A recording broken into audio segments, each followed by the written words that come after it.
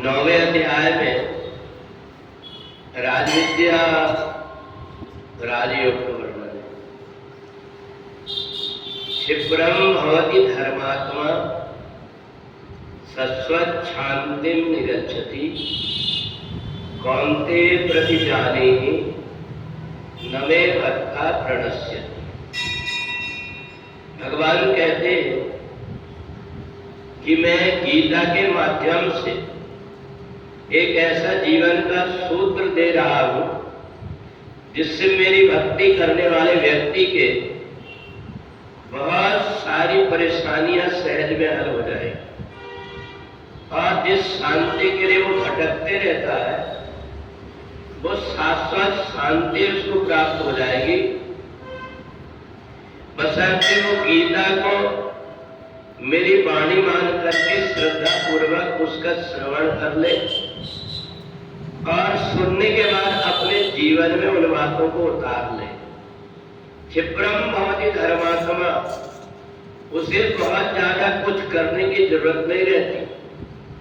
जितने भी प्रकार की काम हम करते हैं उनमें हमारी उलझने बढ़ते जाती, परंतु जो गीता का पाठ करता है उसके द्वारा नित्य यज्ञ हो रहा है।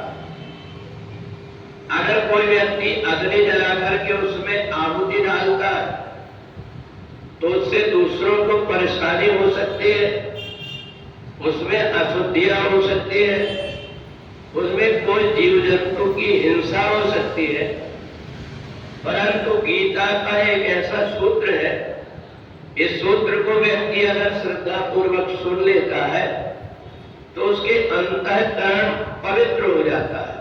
क्षिप्रम भवति धर्मात्मा, उसके व्यवहार को देख करके, उसकी वाणी को देख करके कोई भी व्यक्ति ये कह देगा कि ये सज्जन व्यक्ति है। उसको अलग से और कुछ करना नहीं पड़ता। गीता अगर उसने श्रद्धा से सुना है उसके बोलने की टोन बदल जाती है, उसका व्यवहार बदल जाता है।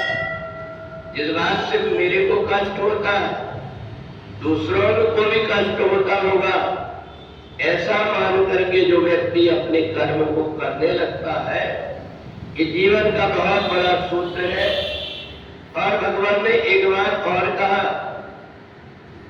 ये मेरी प्रतिज्ञा है कि मेरा भक्त जो मेरे से जुड़ गया श्रद्धा पूर्वक उसका कभी पतन नहीं होता, वो अपनी जगह में आगे आगे बढ़ते जाता है।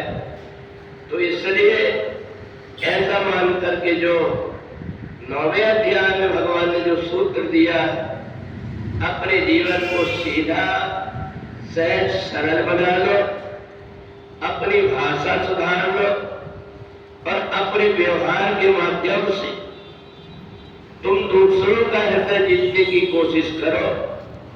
तुम कितना भी माला कर लो, कितना भी तुम पूजा पाठ का ढोंग कर लो, परंतु तुम्हारी वाणी, तुम्हारा व्यवहार बता देता है ये केवल अंतःकरण का नहीं है, ये केवल तुम्हारा बाहरी दिखावा मात्र है।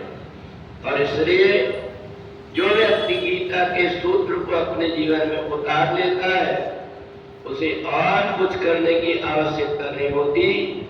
अपने आप उसकी वाणी, उसका व्यवहार बदल जाता है और उसे मुक्ति को खोजना नहीं पड़ता। मुक्ति उसके आसपास घूमती है और वो शरीर छोड़ करके स्वतः ही बिना किसी प्रयास के मुक्त हो जाता है। बोले वृंदावन बिहारी लाल।